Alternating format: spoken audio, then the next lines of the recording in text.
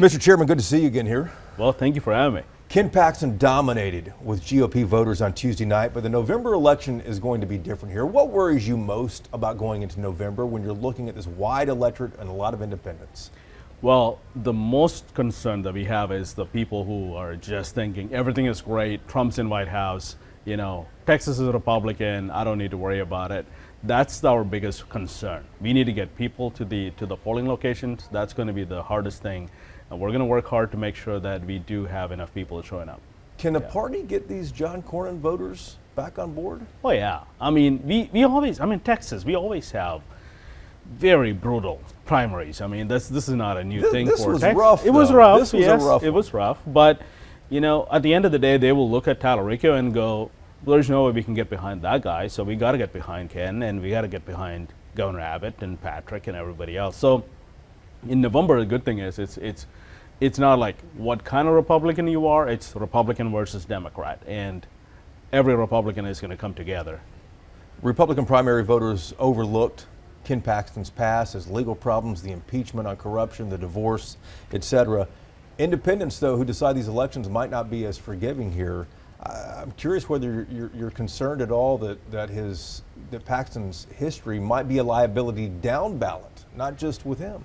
No, I doubt it. The reason I say that is when you have a candidate like Ken Paxton who's been on the ballot multiple times on a statewide election, right, and he won handily in every single one of those. Then you look at his primary election with the 28-point victory. I mean, we haven't seen one of those in a very long time in Texas. So I don't think those are Republican voters. Those are Republicans, and you'll be asking independents to take a look at you. Yeah, it kind of goes to everyone, right? They look at the policy at that point. They'll look at where the gas price at that point. That's going to be one of our problems. You know, the economy is going to be a problem. If it comes together and we end the war in Iran and we have a deal, and the gas prices come back to normal, economy gets better. I mean, inflation is already down, so people will look at all of that. They'll look at property tax, which is some of the things that we're going to work on and get done. And I'm pretty sure you've seen Governor Abbott's plan on that. So I think it's going to be more than what's his personal life is or someone else's personal policy on one thing or the other. It's going to be the Republican versus Democrat. The Cook Political Report, you saw this, changed its forecast for Texas from likely Republican to lean Republican, still in your favor there. But Senator Ted Cruz, Lieutenant Governor Patrick, both warning Republicans that, hey, listen, take Tallarico seriously. Do you think the state and the party is doing that? Oh yeah, we should take him seriously. I mean, he is probably more dangerous than Beto. We see that. He speaks through Bible and, basically makes fun of God and calls God non-binary and says that he is thinking about trans kids.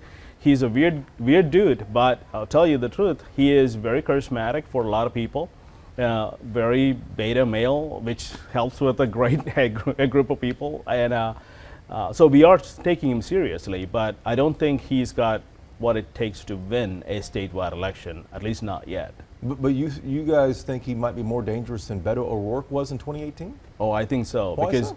Well, Beto was charismatic, but he wasn't quoting Bible. He wasn't talking about things that a lot of people, will hear a Bible verse coming out of a politician's mouth and say, oh, that guy is a Christian. I'm okay with that, right?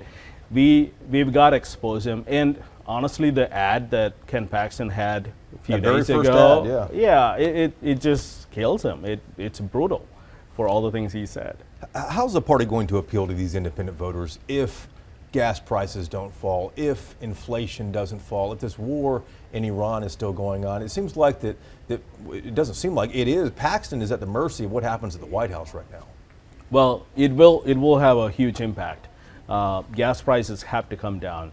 One of the major things Texans are worried about is property tax. And the governor's plan, the plan that Lieutenant Governor and the Speaker is getting behind is that we're going to cut your property tax in about 60%. So if you're paying $10,000 in property tax, which is unheard of, but a lot of people are doing that today in Texas, and your property tax comes down to $4,000 or $4,500, I think a lot of people will look at it and go, okay, I can get behind this plan. And that's what the Republicans need to do. We have to put together a plan that is appealing to all Texans, not just Republicans only or Democrats or independents. It makes a huge difference for every Texan out there. That's what we need to do. But that'll be in January after the November election. Yeah, the plan can be fully executed in a good way where people can look at it and go, okay, if you pass this, I can get behind this, right? Governor can call a special session. There are some talks about that. So we can get to that. We'll have committee hearings prior to it. So people can see it and say, hey, we've done this much, we just need to get it across the finish line, and Republicans are good at that. I mean, governor's good at that. He did that with the school choice. Indeed so. It took him a couple sessions, but he got it done. Yeah. Does the state party, and do you specifically have a role at all in brokering a peace deal between John Cornyn and Ken Paxton after this primary? A little bit. We've already had a couple of conversations, and with both camps, you have? Yeah. How did it go? Ken Paxton's camp obviously wants to work with everyone because he's the winner. He needs everyone's support. John Cornyn's camp, actually, I've talked to a couple of them. They're very supportive of Ken.